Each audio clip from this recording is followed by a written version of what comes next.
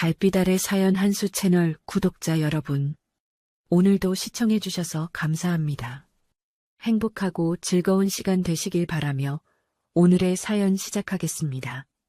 서울 강남의 고급 한정식집 미담원 앞에서 김하영은 깊게 숨을 들이마셨습니다. 늦은 오후에 선선한 바람이 뺨을 스쳤지만 긴장 때문인지 등줄기에는 식은땀이 흘렀어요. 오늘은 인생에서 가장 중요한 날 중 하나였죠. 상견례. 그 단어만으로도 가슴이 두근거리고 손바닥에는 축축한 땀이 맺혔습니다. 옆에는 외할머니 양복네가 서 있었는데 하영의 손을 꽉 잡고 있는 할머니의 손은 거칠면서도 따뜻했어요. 복례는 올해 76살로 평생을 시골에서 농사일을 하며 살아온 탓에 허리가 많이 굽어 있었습니다. 키가 원래 작은 편이었는데 굽은 허리 때문에 더욱 작아 보였어요. 오래된 관절염 때문에 무릎에는 하얀색 파스가 여러 장 덕지덕지 붙어 있었고 걸을 때마다 오른쪽 다리를 조금씩 절룩거렸습니다. 손에는 10년도 넘은 낡은 천가방 하나를 소중히 들고 있었죠. 그 가방은 한때 짙은 남색이었을 텐데 이제는 발에서 연한 회색에 가까웠어요. 가방의 모서리는 해져서 실밥이 여기저기 풀어져 있었고 손잡이 부분은 오랜 사용으로 인해 검게 변해 있었습니다. 가방 앞면에는 작은 꽃 무늬 자수가 있었는데 그마저도 색이 바래서 거의 보이지 않을 정도였어요. 하영이 며칠 전부터 새 가방을 사드리겠다고 했지만 복례는 완강히 거절했습니다. 이 가방은 네 엄마 혜진이가 마지막으로 사준 거다. 25살 생일 때 아르바이트에서 번 돈으로 사준 거야. 그땐 얼마나 예뻤는지 몰라. 오늘 같은 중요한 날엔 더욱 놓을 수가 없지. 혜진이도 함께 가는 거나 마찬가지니까. 하영은 할머니의 그 말을 들으며 또다시 가슴이 먹먹해졌습니다. 엄마 혜진이 교통사고로 세상을 떠난 지 벌써 15년이 흘렀지만 여전히 엄마가 그리웠어요. 특히 오늘 같은 인생의 중요한 순간에는 더욱 간절히 그리워졌습니다. 만약 엄마가 살아계셨다면 오늘 이 자리에 함께 와서 든든하게 곁을 지켜주셨을 텐데요. 예쁜 한복을 입고 와서 상대방 부모님께 정중히 인사드리고 딸 자랑도 하시고 그러셨을 텐데. 할머니, 정말 괜찮으실까요? 혹시 몸이 아프시거나 힘드시면 언제든 말씀하세요. 우리 언제든 일찍 나와도 돼요. 하영이 걱정스런 표정으로 물었습니다. 걱정 말아라, 우리 하영아. 할머니가 이런 걸로 못 버틸 줄 아냐? 네 엄마 혜진이를 위해서라도 오늘은 꼭 버텨낼 거다. 우리 하영이가 좋은 사람 만나서 행복해지는 거 하늘에서 혜진이도 기뻐하며 보고 있을 테니까. 복례는 주름이 깊게 패인 얼굴에 굳은 표정을 짓고 단호하게 대답했습니다. 두 사람은 약속 시간인 오후 1시보다 10분 일찍 도착했어요. 식당 로비는 고급스러운 대리석으로 장식되어 있었고 은은한 조명과 함께 클래식 음악이 흘러나오고 있었습니다. 로비 한쪽에 있는 가죽 소파에 앉아서 마음을 다잡으려 했죠. 하영은 로비 한편에 있는 거대한 거울을 보며 옷매무새를 다시 한번 꼼꼼히 정리했습니다. 검은색 원피스에 진주 목걸이 그리고 굽이 낮은 검은색 구두까지 최대한 단정하고 점잖게 보이려고 며칠 전부터 백화점을 돌아다니며 신중하게 고른 차림이었어요. 머리는 단정하게 뒤로 넘겨서 고정시켰고 화장도 최대한 자연스럽게 했습니다.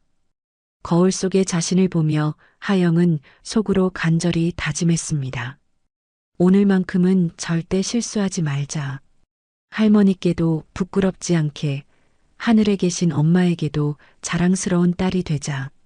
성우 오빠 가족들이 우리를 받아주시기를.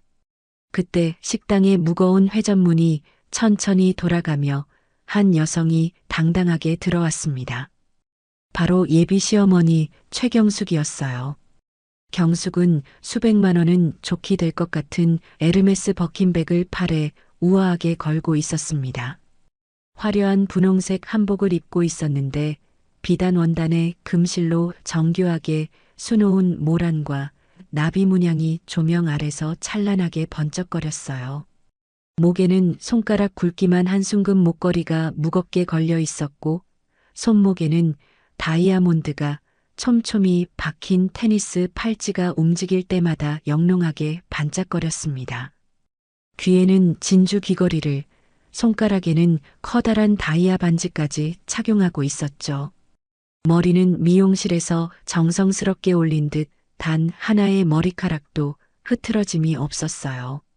경숙은 식당에 들어서자마자 익숙한 듯 주위를 둘러보았습니다. 아마도 이런 고급 식당에 자주 오는 듯 했어요. 그러다가 로비 한쪽 소파에 조용히 앉아 있는 하영과 복례를 발견했습니다. 경숙의 날카로운 시선이 복례의 소박한 차림새를 발끝부터 머리 끝까지 천천히 마치 품평하듯 훑어보았어요. 복례의 낡은 청가방, 10년은 입은 듯한 베이지색 카디건, 편의를 위해 신은 운동화, 그리고 수수한 검은색 바지까지. 경숙의 미간이 점점 찌푸려지더니 입꼬리에 거의 감추지도 않는 비웃음이 서서히 떠올랐습니다. 어머머, 안녕하세요? 경숙이 과장된 밝은 미소를 지으며 하이힐 소리를 또각또각 내며 다가왔습니다. 저 최경숙이라고 해요. 그런데 혹시 어머님은 어디 계세요? 몸이 편찮으셔서 못 나오신 건가요? 하영이 얼굴이 빨갛게 달아오르며 떠더듬는 목소리로 대답했어요. 안녕하세요.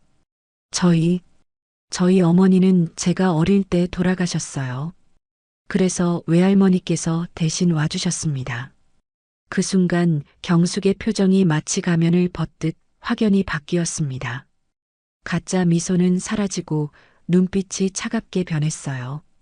입술 끝에는 냉소적이고 경멸적인 미소가 천천히 번져나갔습니다. 아, 그렇구나요. 어머나 할머니를 데리고 상견례에 오신 건 정말 처음 보네요. 경숙의 목소리에는 이제 노골적인 비웃음이 섞여 있었습니다. 요즘 젊은 사람들은 참 예의라는 게 없어요. 이런 중요한 자리에 할머니를 모시고 와도 되는 줄 아나 봐요. 그것도 저렇게 차림새도 변변치 않게. 경숙은 복례를 위아래로 다시 한번 훑어보며 고개를 살짝 저었습니다. 설마 정말 부모님이 안 계신 건 아니죠? 아, 맞구나. 요즘도 그런 호로 자식들이 있긴 하네요. 참 안 된 일이야. 이런 애들은 어떻게 키워져야 하는지도 모르고. 그 모진 말들이 로비에 떨어지자 주변의 공기가 순식간에 얼음장처럼 차갑게 얼어붙었습니다. 하영은 얼굴이 새하얗게 질리며 온몸이 부들부들 떨리기 시작했어요. 입술을 깨물고 주먹을 꽉 쥔 채 고개를 바닥으로 푹 숙였습니다. 복례는 아무 말 없이 눈만 깊숙이 내리깔고 두 손을 무릎 위에 가지런히 모은 채 조용히 앉아 있었어요. 할머니의 어깨가 작게 떨리고 있는 것을 하영은 놓치지 않았습니다.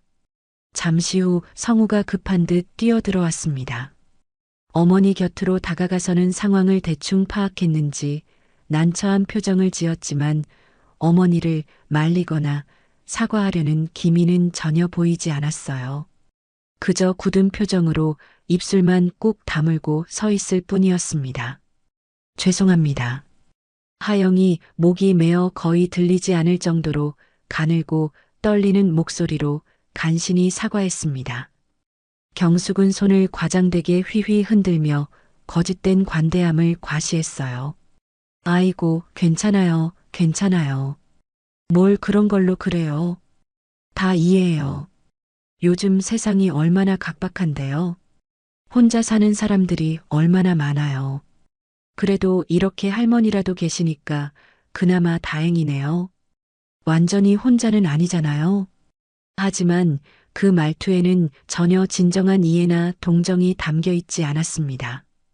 오히려 더 교묘하고 깊은 모멸감을 주려는 악의가 역력했어요. 마치 시혜를 베푸는 듯한 어조로 상처를 더욱 깊게 파고들었습니다. 복례는 여전히 고개를 깊숙이 숙인 채 두 손을 무릎 위에 꼭 모으고 조용히 앉아 있을 뿐이었습니다. 그 무거운 침묵이 로비 전체를 짓누르며 길고 고통스럽게 흘러갔어요. 음식이 하나둘씩 테이블에 올려지기 시작했을 무렵 경숙의 입은 더욱 거칠어졌습니다. 전복죽, 산나물, 갈비찜이 정성스럽게 차려진 상 앞에서 경숙은 하영을 향해 고개를 천천히 갸웃거리며 날카로운 시선을 보냈어요. 어쩐지 처음 봤을 때부터 뭔가 좀 이상하다 했어요. 경숙이 젓가락을 만지작거리며 말했습니다. 공감 능력이 좀 떨어지는 것 같더라고요. 그래서 그런가 했더니 역시나 그랬네요. 하영은 떨리는 손으로 물컵을 잡으려다 놓칠 뻔했어요. 성우는 여전히 아무 말 없이 어머니를 바라보고만 있었습니다. 경숙은 더욱 큰 소리로 이어갔습니다. 엄마 없이 자란 애들은 원래 다 그래요. 정서 발달이 제대로 안 되거든요. 사회성도 좀 이상하고 뭔가 모르게 어딘가 부족한 구석이 있어요. 이건 어쩔 수 없는 거예요. 태생적으로 결핍이 있으니까. 그 말들이 식당 안에 울려 퍼지자 다른 테이블에 앉아 있던 손님들까지 시선을 돌렸습니다. 하영의 얼굴은 완전히 새하얗게 질렸고 손은 무릎 위에서 주먹을 꽉 쥔 채 떨리고 있었어요. 입술을 꽉 깨물고 있는데도 눈물이 눈꺼풀에 맺혀서 떨어질 듯 말 듯 했습니다. 어머니가 없으면 여자로서 배워야 할 것들을 제대로 못 배우잖아요. 요리도 그렇고 살림도 그렇고 사람 대하는 법도 그렇고 특히 시댁 어른 모시는 법 같은 건 더더욱 모르죠. 친정어머니한테 배워야 하는 건데. 경숙은 마치 일반론을 이야기하듯 태연하게 말을 이어갔습니다. 복례는 조용히 두 손을 모으고 눈을 감았어요. 그리고 아주 작은 소리로 거의 속삭이듯 기도하기 시작했습니다. 혜진아, 네 딸 하영이 엄마 없이도 이렇게 착하고 예쁘게 잘 컸다. 대학도 나오고 직장도 다니면서 할머니 모시고 살고 있어. 오늘만큼은 하늘에서 꼭 지켜봐 주이소. 복례의 기도 소리가 작지만 조용한 식당 안에서는 선명하게 들렸습니다. 경숙은 그 소리를 듣고는 눈을 크게 뜨며 비웃는 표정을 지었어요. 어머나, 이제 죽은 사람까지 불러내시네요. 경숙이 큰 소리로 말했습니다. 상견례 자리에서 굿이라도 하려는 건가요? 이러다가 복이 다 달아나겠어요. 정말 이런 일은 처음 봐요. 다른 손님들이 더욱 노골적으로 쳐다보기 시작했어요. 어떤 사람은 고개를 저으며 혀를 찾고 어떤 사람은 휴대폰을 꺼내서 이 상황을 몰래 촬영하려는 듯 했습니다. 하영은 더 이상 참을 수 없어서 의자를 밀치고 일어서려는 순간이었어요. 어머니, 그만하세요. 성우가 처음으로 입을 열었지만 목소리에는 별다른 감정이 없었습니다. 마치 형식적으로 말리는 것 같았어요. 뭘 그만해? 나는 사실대로 말하는 거야. 이런 걸 미리 알아야 나중에 후회 안 하지 않겠어? 경숙은 아들의 제지에도 아랑곳하지 않고 계속했습니다. 그때 복례가 천천히 고개를 들었어요. 할머니의 눈에는 눈물이 고여 있었지만 표정은 의외로 평온했습니다.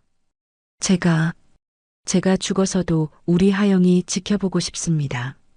복례가 떨리는 목소리로 말했어요. 이 아이 엄마 혜진이도 하늘에서 딸 걱정하며 보고 계실 거고요. 그게 그렇게 이상한 일인가요? 경숙은 복례의 말에 더욱 비웃으며 대답했습니다. 어머나, 정말 촌스럽네요. 이런 고급 식당에서 이런 얘기를 하다니. 다른 손님들도 다 보고 있잖아요. 실제로 주변 테이블의 시선이 모두 이쪽에 집중되어 있었어요. 어떤 테이블에서는 수군거리는 소리가 들려왔고 식당 직원들도 멀리서 이상한 눈으로 바라보고 있었습니다. 하영은 창피함과 분노, 슬픔이 뒤섞인 복잡한 감정에 휩싸여 있었어요. 일어나서 나가고 싶었지만 할머니를 혼자 둘 수도 없었고 그렇다고 이 상황을 어떻게 해결해야 할지도 몰랐습니다. 바로 그때였어요. 삑! 식당의 자동문이 조용히 열리는 소리가 들렸습니다. 처음에는 아무도 신경 쓰지 않았어요. 하지만 곧 식당 안의 분위기가 이상하게 바뀌기 시작했습니다. 정복을 입은 중년의 남성 한 명이 먼저 들어왔어요. 군복에는 별이 여러 개 달려 있었고 자세가 반듯했습니다. 뒤이어 정장을 깔끔하게 차려입은 남성 3명과 여성 1명이 차례로 들어왔어요. 모두들 범상치 않은 기세를 풍기며 조용하지만 위압적인 분위기로 식당을 가로질렀습니다. 식당 매니저가 황급히 뛰어나와 깊숙이 허리를 숙이며 인사했어요. 어서 오십시오, 합참의장님. 매니저의 목소리는 긴장으로 떠들려 있었습니다. 그 순간 식당 안의 모든 소음이 멈췄어요. 수저 부딪히는 소리, 대화 소리, 심지어 배경음악까지도 멈춘 것 같은 고요함이 흘렀습니다. 모든 손님들의 시선이 일제히 방금 들어온 사람들에게 집중됐어요. 경숙의 얼굴이 순식간에 하얗게 질렸습니다. 뭔가 심상치 않은 상황이라는 걸 직감적으로 느꼈지만 왜 이런 사람들이 여기에 나타났는지는 전혀 이해할 수 없었어요. 하영도 무슨 일인지 몰라서 어리둥절한 표정으로 바라보았습니다. 복내만이 천천히 고개를 들어 그들을 바라보며 무언가를 기억하려는 듯 눈을 가늘게 뜨고 있었어요. 식당 안에 흐르는 정적은 마치 시간이 멈춘 것 같았습니다. 방금 전까지 경숙의 날카로운 목소리로 가득했던 공간이 순식간에 긴장감으로 가득 찼어요. 다른 테이블에 앉아있던 손님들도 모두 숨을 죽이고 상황을 지켜보고 있었습니다. 경숙의 얼굴은 점점 더 창백해졌어요. 합참의장이라는 단어가 머릿속에서 맴돌고 있었지만 왜 이런 높은 사람들이 갑자기 이 식당에 나타났는지 전혀 이해할 수 없었습니다. 더군다나 이들의 표정이 심상치 않았어요. 마치 특별한 목적을 가지고 온 것 같은 분위기였습니다. 익숙한 얼굴들이 보였지만 평소 텔레비전이나 신문에서 보던 것과는 완전히 다른 상황이었어요. 합참의장, 야정군 사령관, 공군 참모차장. 이런 사람들이 한자리에 모일 이유가 있을까요? 더군다나 이런 사적인 식당에서 말이죠. 성우도 어머니 못지않게 당황스러운 표정을 지었습니다. 이 사람들이 누구인지는 알 수 있었지만 왜 갑자기 여기에 나타났는지는 전혀 감을 잡을 수 없었어요.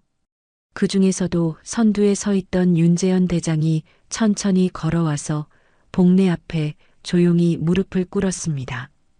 그의 정복에는 별 4개가 반짝거리고 있었고 가슴에는 수많은 훈장들이 달려 있었어요.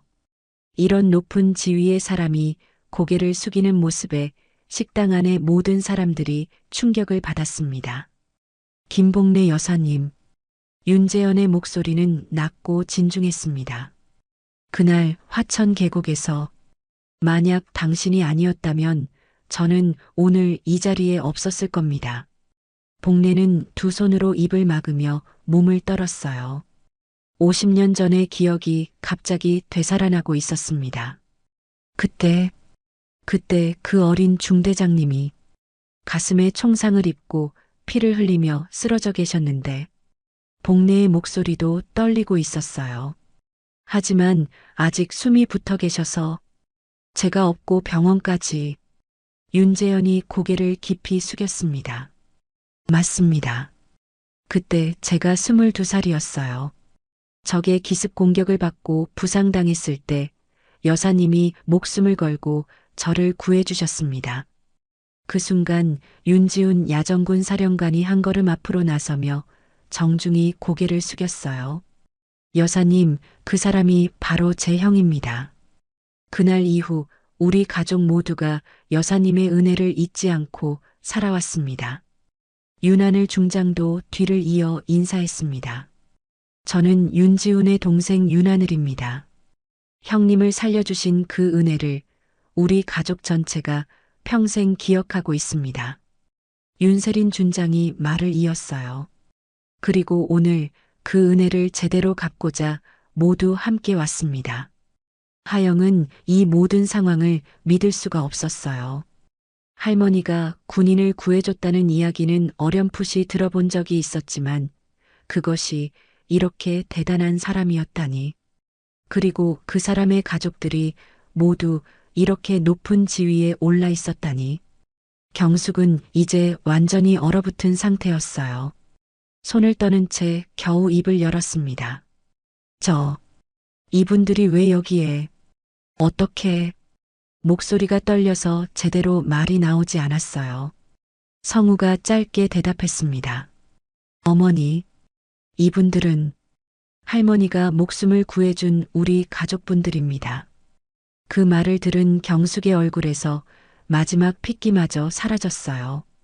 방금 전까지 호로자식, 귀신 부른다며 모욕했던 그 할머니가 이런 대단한 분이었다는 사실을 받아들이기 어려웠습니다. 윤성민 사단장이 차분하지만 위압적인 목소리로 말했어요. 우리는 오늘 여사님과 따님에게 정식으로 감사 인사를 드리러 왔습니다. 그리고 그는 잠시 경숙을 바라보며 말을 멈췄습니다. 그 시선에는 분명한 불쾌감이 담겨 있었어요. 우리가 모시고 있는 분에게 무례를 범한 사람이 있다고 해서 직접 나왔습니다. 식당 안의 다른 손님들도 이제 상황을 어느 정도 파악하기 시작했어요. 방금 전까지 시끄럽게 떠들며 모욕을 퍼붓던 여자가 이제는 아무 말도 못하고 있고 대신 군 고위층들이 그 할머니에게 깍듯이 인사하고 있는 상황이었습니다. 하영은 아직도 꿈을 꾸는 것 같았어요.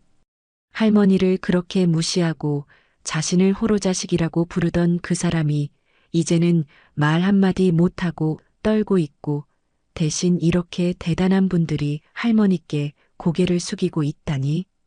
복례는 눈물을 흘리며 떨리는 목소리로 말했어요.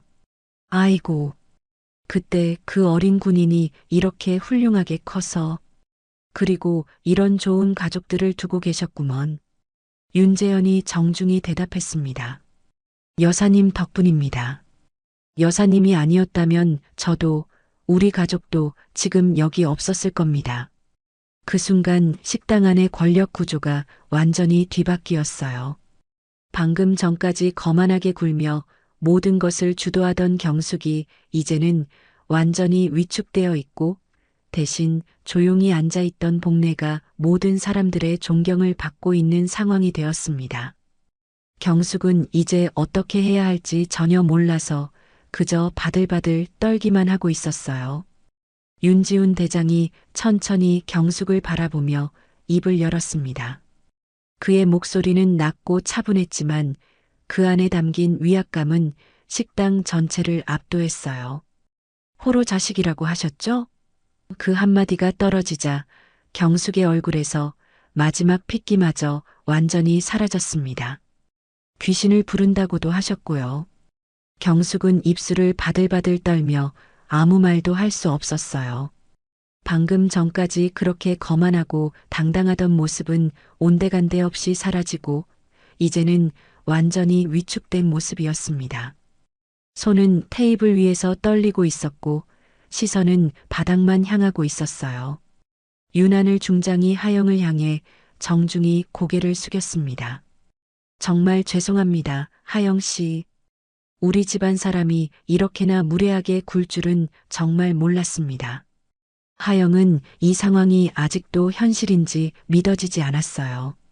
방금 전까지 자신을 그렇게 모욕하던 사람이 이제는 아무 말도 못하고 있고 대신 이런 높은 분들이 자신에게 사과하고 있다니. 윤성민 사단장이 찬물을 한 모금 마시고 컵을 탁 하고 테이블에 내려놓았어요. 그 소리가 조용한 식당에 크게 울려 퍼졌습니다. 형수님, 윤성민이 경숙을 똑바로 바라보며 말했습니다. 당신 같은 사람은 우리 가족이 아니라는 말, 오늘만큼은 해도 될 것 같습니다.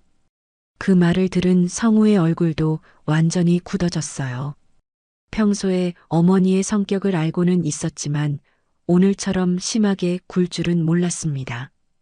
더군다나 이렇게 중요한 분들 앞에서 말이죠. 윤세린 준장이 부드럽지만 단호한 목소리로 말했어요. 여사님께서 목숨을 걸고 구해주신 분의 가족이 이런 대접을 받다니 정말 부끄럽습니다. 경숙은 이제 완전히 말을 잃은 상태였어요. 평소 같으면 이런 상황에서도 뭔가 변명이나 핑계를 대려고 했겠지만 지금은 그럴 엄두조차 내지 못하고 있었습니다. 앞에 앉아 있는 사람들의 계급과 지위가 너무나 높았고 무엇보다 자신이 방금 전까지 모욕했던 그 할머니가 이분들의 생명의 은인이라는 사실에 완전히 압도당했어요. 다른 테이블에 앉아 있던 손님들도 이 상황을 지켜보며 수군거렸습니다. 저 할머니가 군인을 구해줬다고? 그래서 저런 높은 분들이 직접 오신 거구나. 아까 그 여자가 얼마나 심하게 굴었는데. 정말 사람은 겉모습으로 판단하면 안 되는구나. 식당 직원들도 멀리서 이 상황을 지켜보며 놀라워하고 있었어요. 평소에 이런 고위 인사들이 한꺼번에 오는 일은 없었는데 오늘은 정말 특별한 날이었습니다. 윤재현 대장이 복례를 바라보며 말했습니다. 여사님, 그동안 정말 고생 많으셨습니다. 손녀를 혼자서 키우시면서 얼마나 힘드셨을까요? 복례는 눈물을 흘리며 대답했어요. 아니에요. 우리 하영이가 워낙 착해서 제가 오히려 힘이 됐습니다. 그 마음씨 그대로 이렇게 훌륭한 손녀를 키우셨네요. 윤하늘이 하영을 바라보며 말했습니다. 정말 자랑스러우실 겁니다. 하영은 이제서야 눈물이 나기 시작했어요. 방금 전까지 받았던 모욕과 상처가 이렇게 따뜻한 말들로 치유되는 것 같았습니다. 할머니의 손을 꽉 잡으며 고개를 숙였어요. 경숙은 여전히 아무 말도 하지 못하고 있었습니다. 젓가락을 만지작거리다가 내려놓기를 반복하며 시선은 계속 바닥을 향하고 있었어요. 평소 같으면 이런 상황에서도 뭔가 말을 하려고 했을 텐데 지금은 완전히 기가 죽어 있었습니다. 윤성민이 성우를 바라보며 말했어요. 성우 씨, 당신은 정말 좋은 사람을 만났습니다. 이런 훌륭한 할머니와 손녀를 가족으로 맞이하게 되다니. 성우는 어머니를 힐끗 바라보며 고개를 숙였습니다. 죄송합니다. 어머니가 너무 신뢰를 범했습니다. 어머니는 어머니고 당신은 당신입니다. 윤지훈이 말했어요. 우리는 당신을 믿습니다. 이 훌륭한 분들을 잘 모실 거라고요. 그 순간 식당 안의 분위기가 완전히 바뀌었어요. 방금 전까지 경숙의 모욕으로 가득했던 공간이 이제는 복례와 하영에 대한 존경과 감사로 가득 찼습니다. 윤세린이 하영에게 말했어요. 하영 씨, 앞으로는 이런 일 없을 겁니다. 우리가 지켜보고 있으니까요. 하영은 고개를 들어 이분들을 바라보며 말했습니다. 감사합니다. 정말 감사합니다. 복례도 떨리는 목소리로 말했어요. 고맙습니다. 우리 하영이가 이렇게 좋은 분들을 만날 수 있어서. 경숙은 이 모든 대화를 들으며 점점 더 작아져만 갔어요. 자신이 방금 전까지 얼마나 큰 실수를 했는지 이제서야 깨닫고 있었습니다. 하지만 이미 늦었어요. 모든 사람들의 시선과 분위기가 완전히 바뀌어 있었고 자신은 완전히 고립되어 있었습니다. 식당의 다른 손님들도 이제는 복례와 하영을 존경하는 눈빛으로 바라보고 있었어요. 그리고 경숙을 바라보는 시선에는 비난과 경멸이 섞여 있었습니다. 이렇게 해서 상견례 자리의 권력 구조는 완전히 뒤바뀌었습니다. 복례는 고개를 천천히 들어 앞에 앉아 있는 사람들을 바라보았습니다. 그리고 조용히 두 손을 가슴 앞에 모으며 눈을 감았어요. 할머니의 눈가에는 눈물이 고여 있었지만 표정은 의외로 평온했습니다. 아이고, 내가 살면서 이런 날이 올 줄이야. 복례가 떨리는 목소리로 말하기 시작했어요. 내가 우리 혜진이 자식 하나 잘 키워보겠다고 밤낮으로 눈물 삼키며 살았는데 오늘 이런 날이 정말 오는구먼. 복례의 목소리에는 지난 15년간의 모든 고생과 아픔이 담겨 있었습니다. 딸을 잃고 어린 손녀를 혼자 키우며 얼마나 많은 밤을 눈물로 지새웠을까요? 주변 사람들의 시선과 편견, 그리고 경제적인 어려움까지 모든 것을 혼자 감당해야 했던 긴 시간들이었어요. 할머니, 하영이 복례의 손을 꽉 잡으며 눈물을 흘렸습니다. 윤재현 대장이 복례 앞에 더욱 깊이 고개를 숙였어요. 여사님, 정말 고생 많으셨습니다. 저희가 진작에 찾아뵙지 못해서 죄송합니다. 아니에요, 아니에요. 그때 그 일은 당연히 해야 할 일이었어요. 사람이 죽어가는데 그냥 지나칠 수는 없잖아요. 복례가 손을 저으며 말했습니다. 윤하늘 중장이 조용히 말했어요. 하지만 그 당연한 일을 하는 사람이 그리 많지 않습니다. 더구나 목숨을 걸고서 말이죠.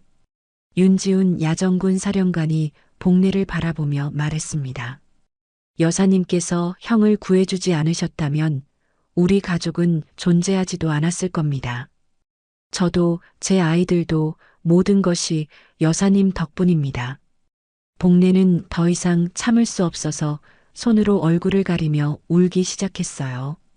지난 세월 동안 쌓여있던 모든 감정이 한꺼번에 터져 나오는 것 같았습니다. 우리 혜진이가 하늘에서 보고 있을 거예요. 딸 하나 잘못 키웠다고 걱정하고 있었을 텐데. 오늘 이렇게 좋은 분들 만나는 걸 보면서 얼마나 기뻐할까요? 윤세린 준장이 조용히 하영의 손을 잡았습니다. 하영 씨, 이제 알겠죠? 이 집안에 들어올 자격이 있는 사람은 딱 한 명입니다. 바로 당신이에요. 하영은 더 이상 참을 수 없어서 울음을 터뜨렸어요. 방금 전까지 받았던 모든 모욕과 상처가 이 한마디로 완전히 씻겨나가는 것 같았습니다. 할머니 손을 꽉 잡고 함께 눈물을 흘렸어요. 감사합니다. 정말 감사합니다. 하영이 흐느끼며 말했습니다. 복례는 손녀의 손을 꽉 쥐고 흐느꼈어요. 하영아, 우리 잘못 살지 않았구나. 엄마 없어도 우리 둘이서 서로 의지하며 잘 살았구나.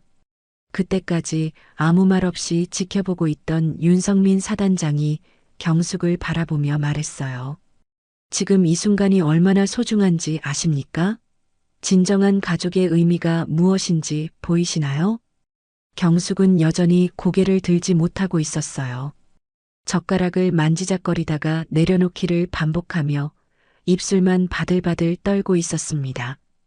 방금 전까지 그렇게 큰 소리치던 자신의 모습이 얼마나 부끄러운지 이제야 깨닫고 있었어요. 식당의 다른 손님들도 이 감동적인 장면을 지켜보며 조용히 눈물을 흘리고 있었습니다. 어떤 테이블에서는 박수를 치려다가 분위기를 깨뜨릴까봐 참고 있는 사람들도 있었어요. 여사님, 윤재현이 정중히 말했습니다. 앞으로는 외로우시지 않을 겁니다.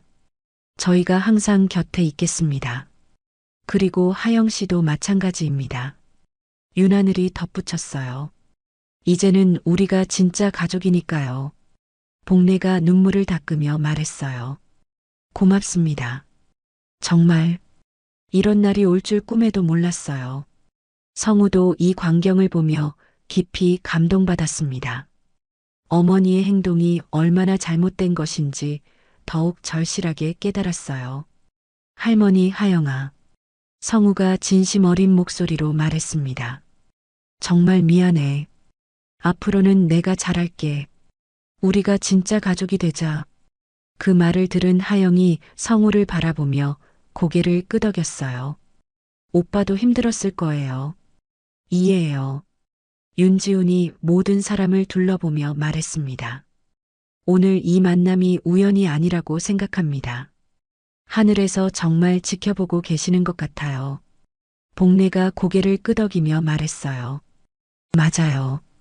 우리 혜진이가 딸 걱정하지 말라고 이런 좋은 인연을 만들어준 거예요. 그 순간 식당 안의 분위기는 완전히 바뀌어 있었습니다. 처음에는 모욕과 상처로 가득했던 공간이 이제는 감동과 따뜻함으로 가득 찼어요. 진정한 가족의 의미가 무엇인지 모든 사람이 느낄 수 있는 순간이었습니다. 경숙만이 여전히 고개를 숙이고 앉아 있을 뿐이었어요. 이 모든 아름다운 순간에서 완전히 소외되어 있었습니다. 감동적인 분위기가 잠시 흐른 후 경숙이 천천히 의자를 뒤로 밀치고 일어났습니다. 온 식당의 시선이 그녀에게 집중되었어요. 경숙의 얼굴은 완전히 창백해져 있었고 손은 심하게 떨리고 있었습니다. 그녀는 복례 앞으로 천천히 걸어가더니 주저하지 않고 무릎을 꿇고 앉았어요. 죄송합니다. 정말 죄송합니다. 경숙의 목소리는 떨리고 있었습니다. 제가 너무 몰라 배웠습니다. 식당 안의 모든 사람들이 숨을 죽이고 이 장면을 지켜보았어요. 방금 전까지 그렇게 거만하고 오만했던 여자가 이제는 무릎을 꿇고 사과하고 있었습니다. 여사님, 정말 죄송합니다. 제가 정말 잘못했습니다. 경숙은 머리를 바닥까지 숙이며 절을 했어요. 하영 씨에게도 정말 미안합니다. 제가 할 말이 아닌 걸 했습니다. 복례는 당황스러운 표정으로 경숙을 바라보았습니다. 그러다가 천천히 일어서서 떨리는 손으로 경숙의 어깨에 손을 올렸어요. 일어나세요. 이러시면 안 돼요. 복례의 목소리는 여전히 따뜻했습니다. 아니에요. 제가 정말 잘못했어요. 저런 말을 할 자격이 없었는데. 경숙은 여전히 고개를 들지 못하고 있었어요. 복례가 경숙의 팔을 잡고 일으켜 세우려 했습니다. 그만 일어나세요. 어른이 어른답지 못하면 그 자식도 불쌍해지는 거지요. 그 말을 들은 순간 윤재현을 비롯한 모든 장성들이 복례에게 깊이 고개를 숙였어요. 복례의 넓은 마음씨와 따뜻한 인품에 더욱 감동받았습니다. 여사님의 마음씨가 이렇게 크시니까 하늘에서도 복을 내려주시는 것 같습니다. 윤하늘이 진심으로 말했어요.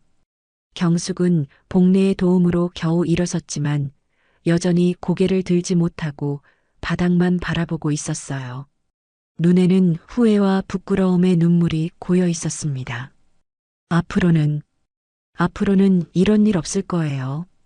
정말 죄송합니다. 경숙이 떨리는 목소리로 말했습니다. 성우가 어머니 곁으로 다가가서 어깨에 손을 올렸어요. 어머니, 이제 진심으로 사과하셨으니까 됐어요. 앞으로 잘하시면 돼요. 윤지훈이 이 광경을 보며 말했습니다. 역시 여사님은 다르십니다. 이런 상황에서도 이렇게 관대하실 수 있다니. 사람은 누구나 실수할 수 있어요. 중요한 건 그 실수를 깨닫고 고치려는 마음이죠. 복례가 조용히 말했어요. 하영도 경숙을 바라보며 말했습니다. 괜찮아요.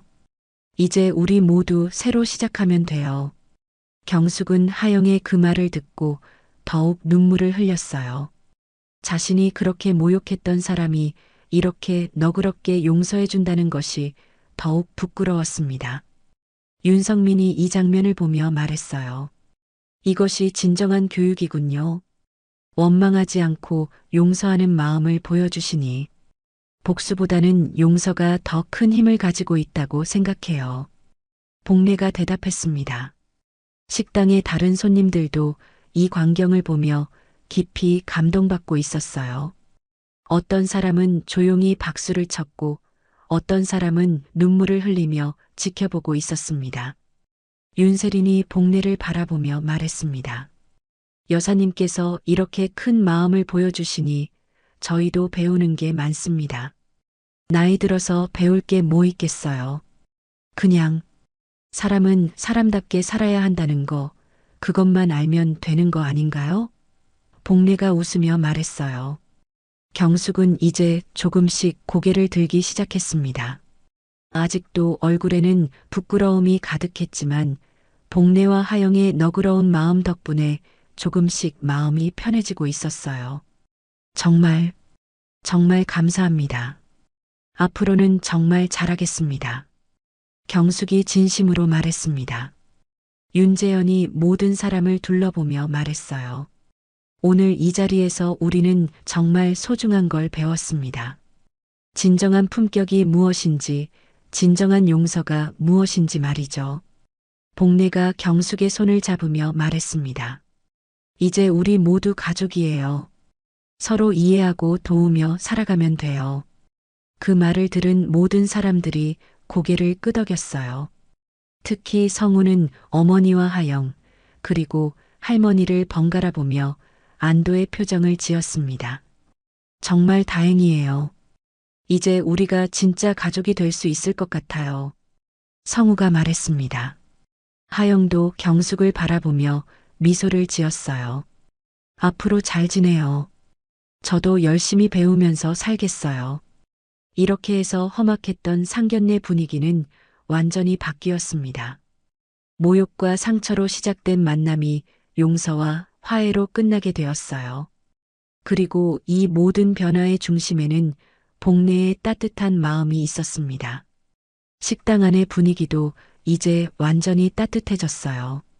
진정한 가족의 모습이 무엇인지 모든 사람이 확인할 수 있었습니다. 식사가 끝나고 나서 윤재현 대장이 복례와 하영을 향해 정중히 말했습니다. 여사님, 하영 씨, 저희가 모셔다 드리겠습니다. 복례는 당황스러운 표정으로 손을 저었어요. 아니에요. 그럴 수는 없어요. 저희가 그냥 지하철 타고 갈게요. 여사님, 오늘은 저희가 꼭 모셔다 드리고 싶습니다. 그동안 제대로 인사도 못 드렸는데 이것도 못 해드리면 어떻게 하겠습니까? 윤하늘 중장이 간곡히 부탁했어요. 하영도 어쩔 줄 몰라 했습니다. 너무 번거로우실 것 같은데요. 전혀 번거롭지 않습니다. 오히려 저희에게는 영광이에요. 윤지훈 야정군 사령관이 미소를 지으며 말했습니다. 결국 복례와 하영은 이분들의 성의를 거절할 수 없어서 함께 식당 밖으로 나왔어요. 식당 문을 나서자마자 놀라운 광경이 펼쳐졌습니다. 식당 앞에는 검은색 승용차 여러 대가 줄지어 서 있었고 정복을 입은 운전병들이 차렷 자세로 서서 기다리고 있었어요. 윤재현 대장이 직접 복례가 탈 차의 문을 열었습니다. 여사님, 이쪽으로 오세요. 복례는 이런 대우를 받는 것이 너무 어색해서 주춤거렸어요. 아이고, 이런 좋은 차를 제가 타도 되나요?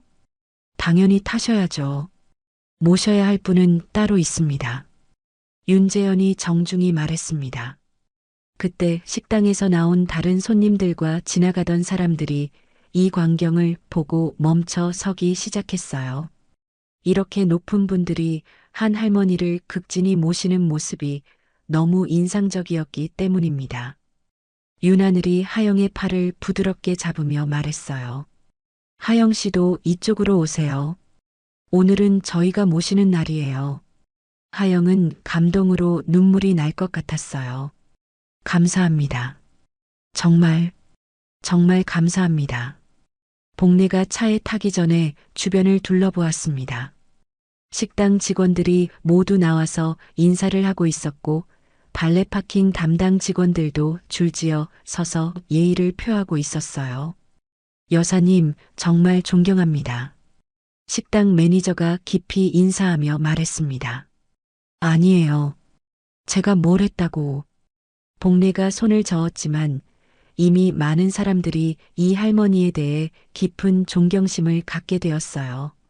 발레 파킹 담당 병장 하나가 무의식적으로 경례를 붙였습니다.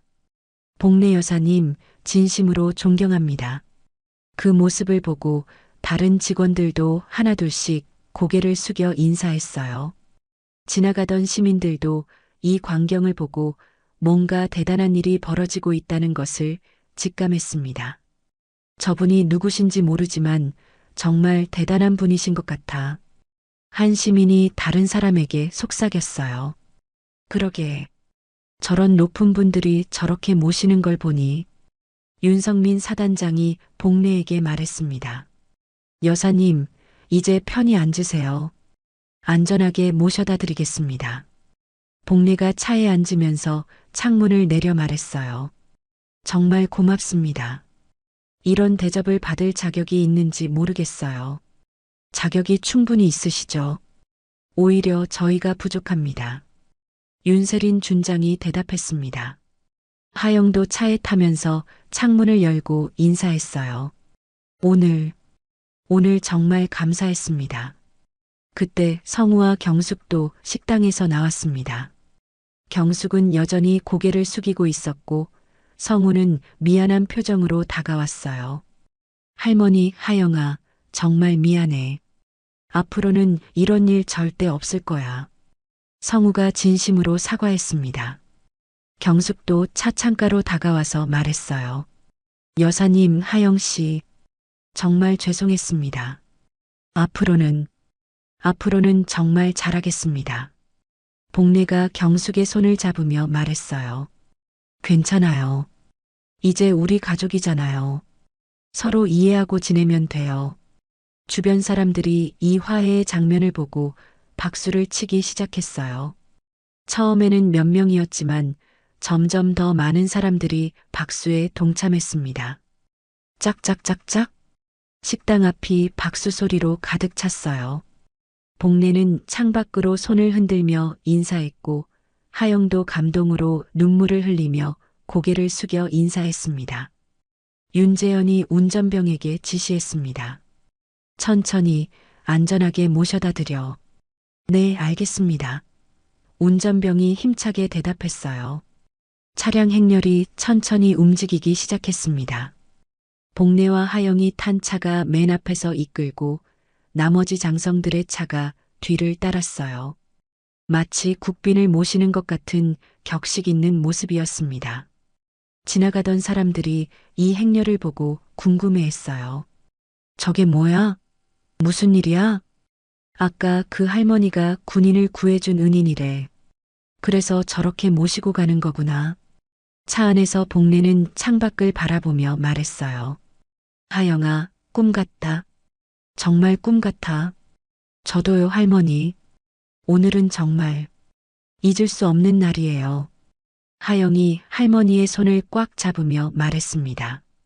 그렇게 해서 복례와 하영은 진정한 가족들의 호의를 받으며 집으로 향했어요. 오늘 하루는 그들에게 있어서 인생에서 가장 특별한 날 중 하나가 되었습니다. 모욕으로 시작되었지만 존경과 사랑으로 마무리된 하루였어요. 차량 행렬은 서울의 거리를 천천히 지나가며 복례와 하영에게 새로운 희망을 안겨주고 있었습니다.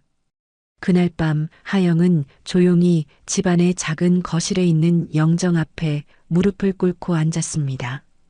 작은 원목 탁자 위에는 엄마 혜진의 사진이 곱게 놓여 있었어요. 사진 속의 혜진은 26살의 모습으로 환한 미소를 지으며 카메라를 바라보고 있었습니다. 사진 앞에는 하얀 국화 몇 송이와 작은 향이 피워져 있었고 은은한 연기가 천천히 올라가고 있었어요. 엄마, 하영이 떨리는 목소리로 말하기 시작했습니다. 나 오늘 정말 힘든 하루였어. 처음에는 정말 힘들었어. 하영은 오늘 있었던 일들을 천천히 떠올렸어요. 상견례장에서 받았던 모욕, 할머니가 당하셨던 수치심, 그리고 자신이 느꼈던 절망감까지 모든 것이 생생하게 기억났습니다. 예비 시어머니가 나를 호로자식이라고 했어. 엄마 없는 애들은 정서가 이상하다고, 사회성이 부족하다고 그랬어. 하영의 눈에서 눈물이 흘러내렸어요. 그때 정말 창피하고 화가 났어. 할머니도 얼마나 속상하셨을까. 복례는 방 한편에서 이 모습을 조용히 지켜보고 있었습니다. 할머니의 눈에도 눈물이 고여 있었지만 표정은 평온했어요. 오늘 하루의 기적 같은 일들을 생각하니 마음이 따뜻해졌습니다.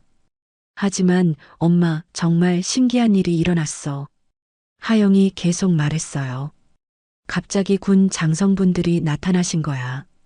할머니가 예전에 구해주신 그 군인분의 가족들이었어. 그분들이 할머니께, 그리고 나에게도 그렇게 정중하게 대해주셨어.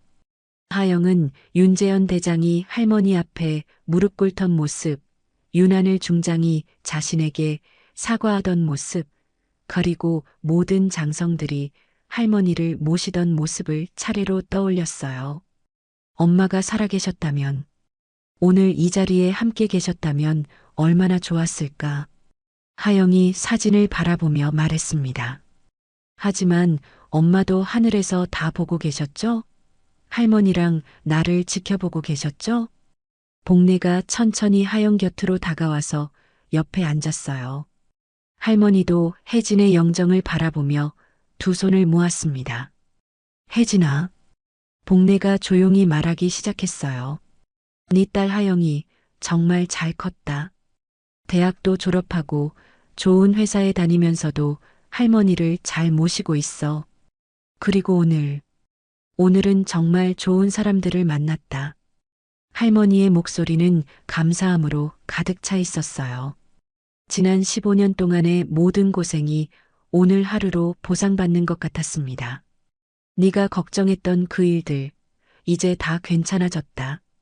하영이가 시집 가서도 무시당하지 않을 거야. 오늘 그 높으신 분들이 다 봤잖아. 우리 하영이가 얼마나 훌륭한 아이인지. 복례의 목소리에는 자랑스러움이 가득했어요. 하영이 할머니의 손을 잡았습니다. 할머니, 정말 고생 많으셨어요. 엄마 대신 나 혼자 키우시느라. 무슨 소리야? 네가 있어서 할머니가 살아갈 힘이 생겼는데. 복례가 하영의 머리를 쓰다듬었어요. 두 사람은 조용히 혜진의 영정 앞에 앉아서 오늘 하루를 정리했어요. 힘들었던 순간들, 기적 같았던 순간들, 그리고 앞으로의 희망에 대해서 말이죠. 엄마, 나 이제 혼자가 아니야. 하영이 눈물을 닦으며 말했습니다. 할머니도 있고, 성우 오빠도 있고, 그리고 오늘 만난 그 좋은 분들도 계시고, 진짜 가족이 생긴 것 같아. 복례도 고개를 끄덕였어요. 맞다. 이제 우리도 의지할 사람들이 생겼구나. 앞으로는 할머니 병원비 걱정도 안 해도 될 것 같고, 내가 결혼해서도 당당하게 살 수 있을 것 같아. 하영이 희망에 찬 목소리로 말했습니다. 그때 하영의 휴대폰에 문자가 왔어요. 성우에게서 온 메시지였습니다. 하영아, 오늘 정말 미안했어. 앞으로는 우리 엄마가 절대 그런 일 안 할 거야. 그리고 할머니께도 잘해드릴 거고. 우리 정말 행복한 가정 만들자. 하영이 그 문자를 읽고 미소를 지었어요. 엄마, 성우 오빠가 문자 보냈어. 앞으로 잘하겠대. 복례도 웃으며 말했어요. 그 사람도 착한 사람이야. 어머니가 좀 그러셨지만 아들은 괜찮더라. 맞아요. 오빠도 오늘 많이 부끄러워하셨어. 하영이 대답했습니다. 두 사람은 계속해서 혜진의 영정 앞에서 이야기를 나눴어요.